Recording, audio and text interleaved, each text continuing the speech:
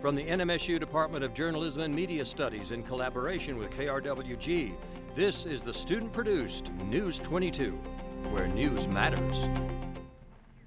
Good evening, everyone. I'm Raven Villarreal. And I'm Tristan Talmez.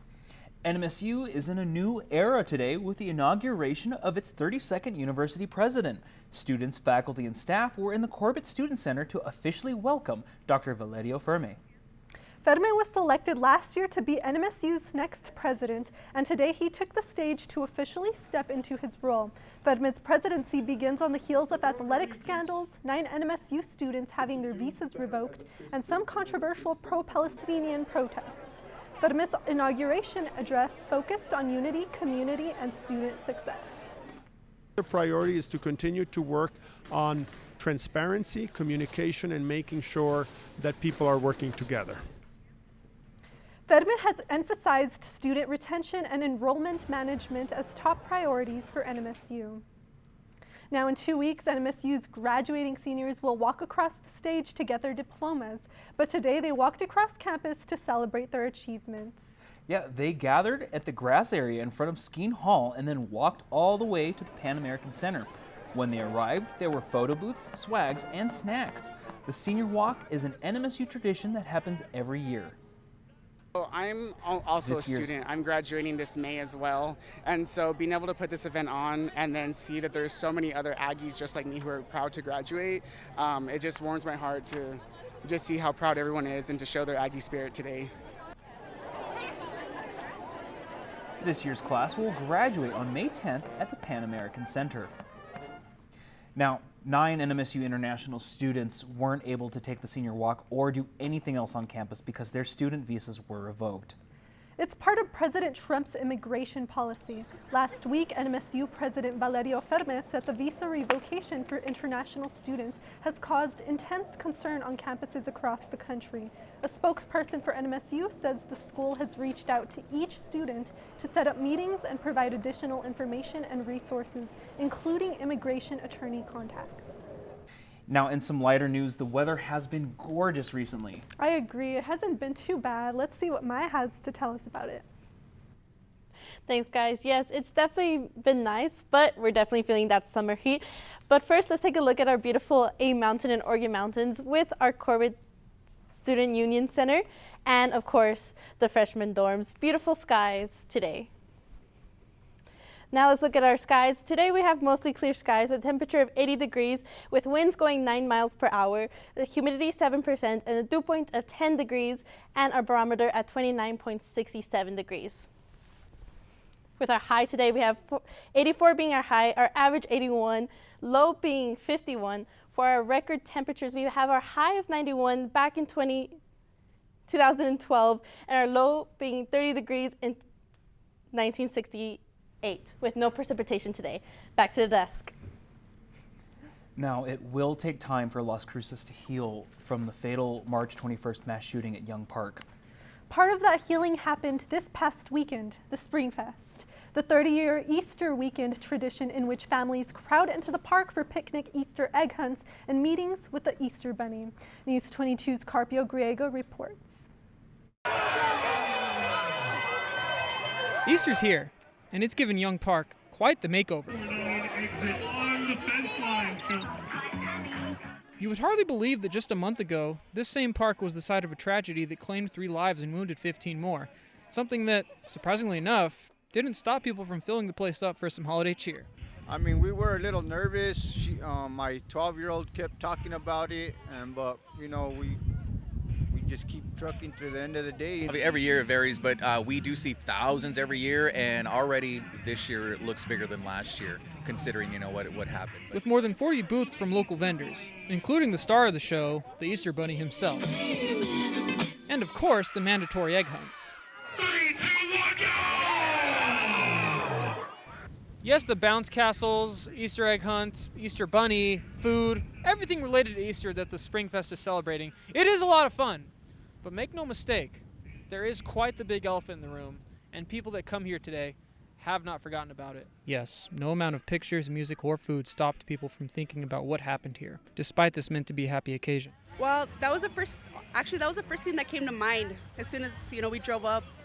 It's a bitter, sweet, sad moment, but or we can just leave it in God's hands. But people weren't shy to share their thoughts on the people charged with the shooting. You do the crime, you pay the time, dude. I mean, you took somebody's life, you hurt people. I mean, I just hope the justice system is fair, and they get what they deserve, because, I mean, nobody has authority over life but God. Even with the fog of the tragedy still lingering in the air, the people of Las Cruces got together to celebrate with the family they still had. We got to push forward and just be more united, all of us, and take care of each other. And hopefully valuing just having them there a little bit more. Carpio Grego, News 22.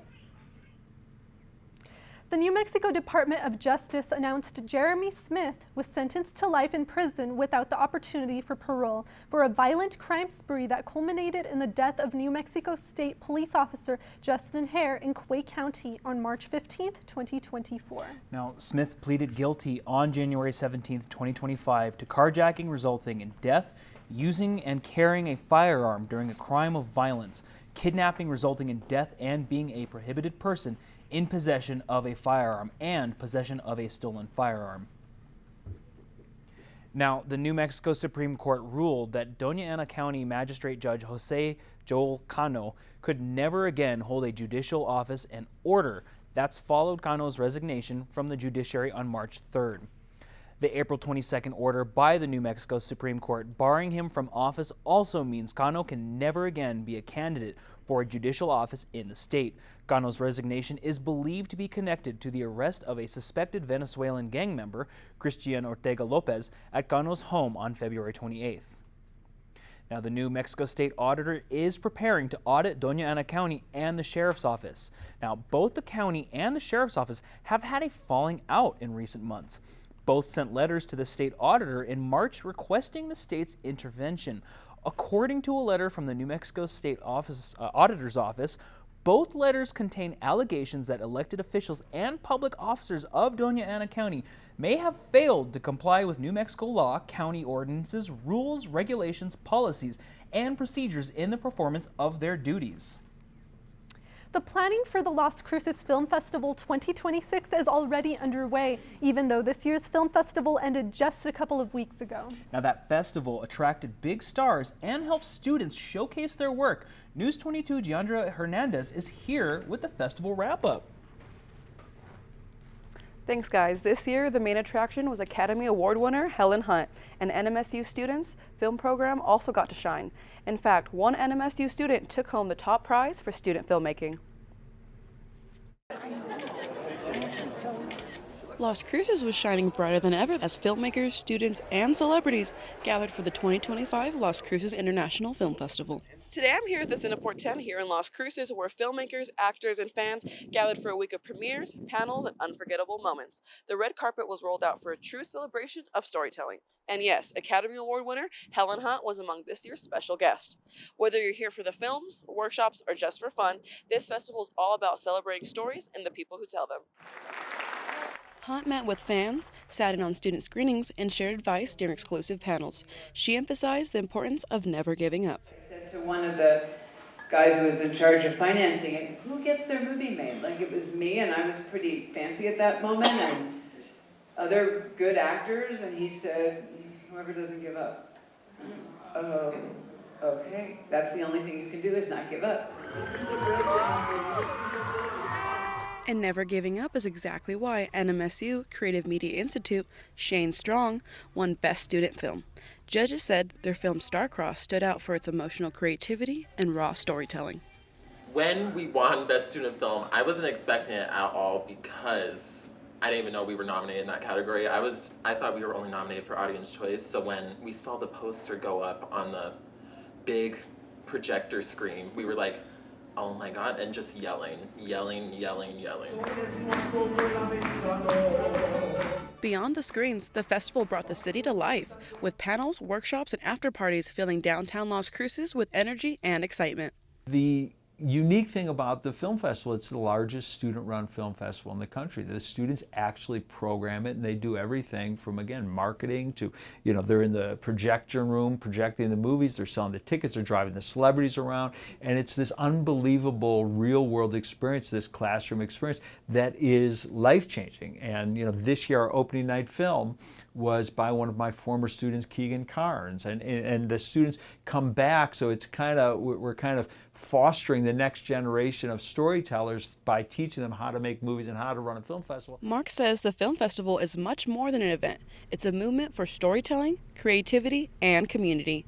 And having it in Las Cruces brings a new perspective to storytelling. The Las Cruces International Film Festival wrapped up on April 13th, leaving behind big memories, new connections, and a spotlight on rising talent. The film festival runs yearly. For more information, visit the Las Cruces International Film Festival.org. Now stay tuned. Maya will be back with a stormy national weather forecast. My name is Jonathan Phillips. Join me on the journey of a lifetime as I explore one of history's greatest questions. How did the Christian faith move from its darkest early days to the moment when Constantine, master of the mighty Roman Empire, went on to be baptized himself? Come with me as I travel thousands of miles on the road from Christ to Constantine. Sunday at 3:30 p.m. on KRWG-Public Media. I asked for a hand. It crossed the bar, I see her. She's dancing to the beat of the band. Yeah, she was. They fly me out to California and got to sing in front of Luke, Katie, and Lionel. And got a golden ticket, went to Hollywood for a bit, and yeah, it was a great experience. You might like to run out soon.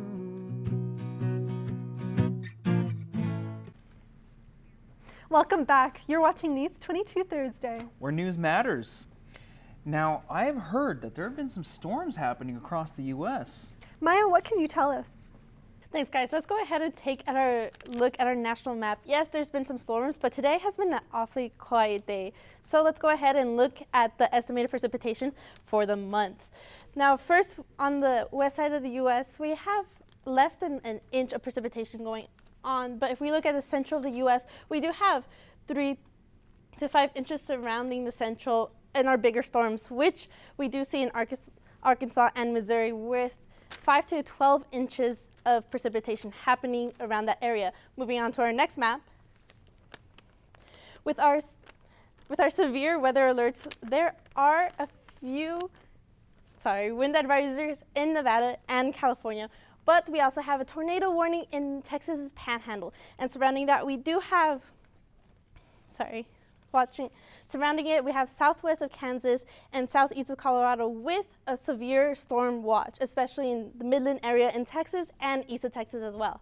We also have some flash flood warnings in Alabama, Indiana, and Ohio. Now that's all we have for you for your national weather forecast. I'll be back with your local weather forecast when News 22 continues.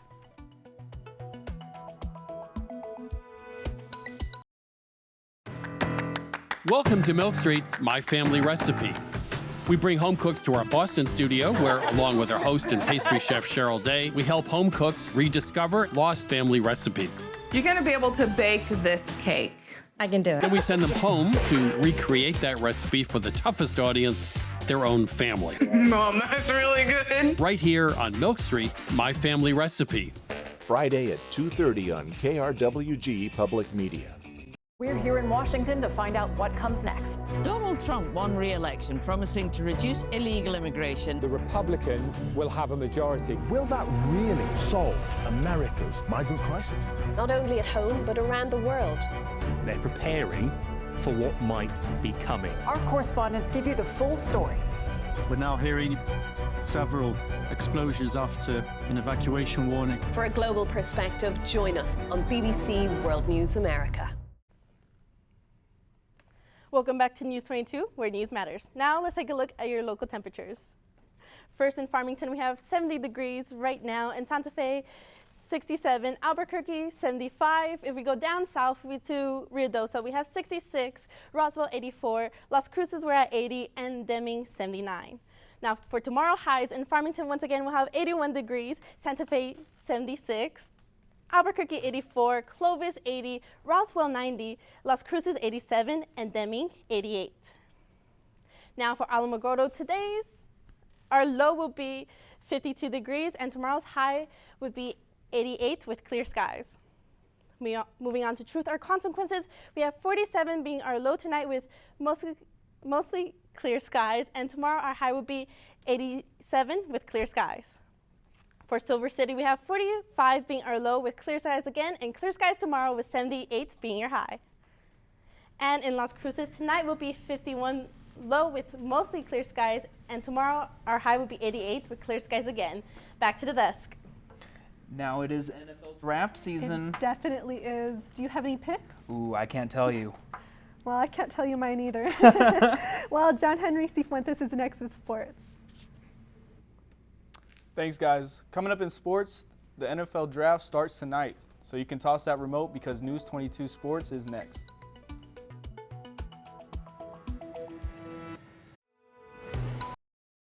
There is a rich story beyond the black and white. David Rubenstein and some of the nation's leading historians reveal the history makers who shaped the America we live in today. This was a very tumultuous time for the American people. History with David Rubenstein. Sunday at 2 p.m. on KRWG-Public Media. PBS opens up new worlds, new perspectives for all of us, today and tomorrow. With stories and performances that bring us together. We can all share in the inspiration, the wonder, and the world that PBS brings into our homes. Support your PBS station today.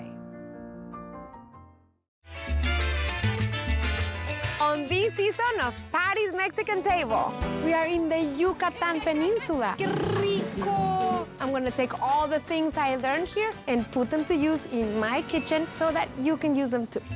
Thursday at 2:30 p.m. on KRWG Public Media. This is KRWG-TV News 22 Sports. For the win! He got it! Welcome back. I'm John Henry, and let's talk sports. Aggie softball returns home for a 3-game series and looks to snap their 5-game losing streak. Coming off a couple of tough losses to the Arizona Wildcats, the Aggies look to regroup as they host conference foe Middle Tennessee. This will be their first matchup of the season, with their last meeting resulting in an Aggie loss last season. First pitch will be tomorrow night at 6, or you can catch the game on ESPN+. Aggie baseball is back at Presley Askew Field to take on Middle Tennessee tomorrow night. After coming up short on the road Tuesday night to in-state rival New Mexico, the Aggies look to bounce back as they return to conference play against the Blue Raiders in a 3-game series. This will also be the first time these two match up, with their last meeting resulting in a 9-1 Aggie victory last season. The Aggies will look for the same result tomorrow night with the first pitch at 6, or you can listen to the game on KRUX 91.5. And that's all for sports tonight. Join us for more action next week. Still ahead on News 22, Maya will be back to take a look at your 5-day forecast.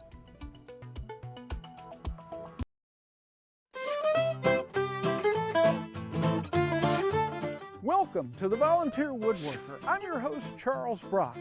Come with me as we drive the back roads, bringing you the story of America's finest woodworkers. Each episode shares the artist's inspiring story, their techniques, and their artistic work. Tuesday at 2 p.m. on KRWG Public Media. Tokyo is a true gourmet wonderland. Markets are replete with the freshest produce, seafood, and ingredients, all sourced for the most discerning chef and palate. Discover the stories behind the culinary specialties that make this city so delicious. Watch Trails to Oishi Tokyo on NHK World Japan. Thursday at 2 p.m. on KRWG Public Media. Let's take a look at our top stories. Today, NMSU seniors walked across campus to celebrate their achievements. This past weekend, Las Cruces was full of love as the city celebrated Springfest, and the Las Cruces Film Fest attracted big stars and helped students showcase their work. Now let's take a look at your 5-day weather forecast. On Friday and Saturday will be sunny skies with 88 being your high and 55 being your low on Friday, with 90 being your high and 57 being your low on Saturday. On Sunday, it will be windy with 91 being your high and 51 being your low. On Monday, it will be partly sunny with 83 being your high and 52 being your low. On Tuesday, it will be mostly cloudy with 81 being your high and 49 being your low. And that's all for News 22 Thursday. Thank you everyone for joining us tonight. Tune in next week for more news, but don't go too far because Emilia Alboronos is next with Noticias 22 en Español. I'm Tristan Tamez. And I'm Raven Villarreal. And from the whole News 22 team, Tristan, Maya, John Henry, and myself, have a good night.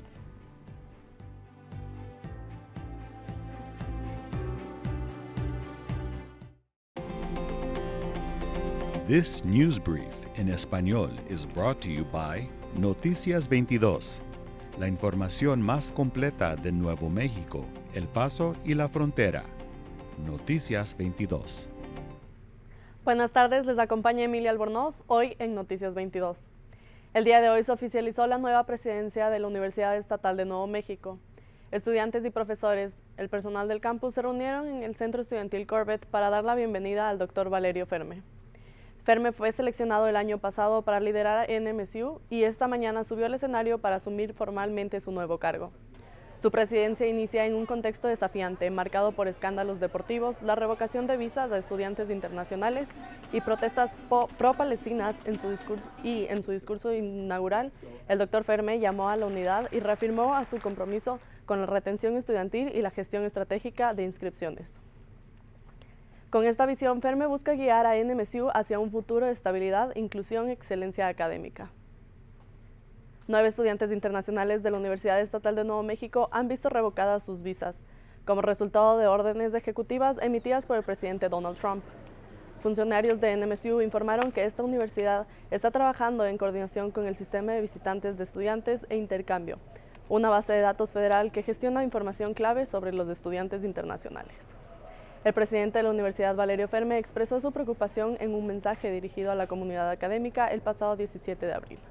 Hasta el momento, NMSU no ha revelado los nombres ni el paradero de los estudiantes afectados. Sin embargo, la Oficina de Estudiantes Internacionales y Servicios Académicos ya se ha puesto en contacto con cada uno de ellos, programando reuniones para brindar apoyo, recursos adicionales y contacto con abogados de inmigración. Les seguiremos informando del caso. Esto ha sido todo por mi parte de hoy. Esperamos que les vaya bien y tengan un buen fin de semana.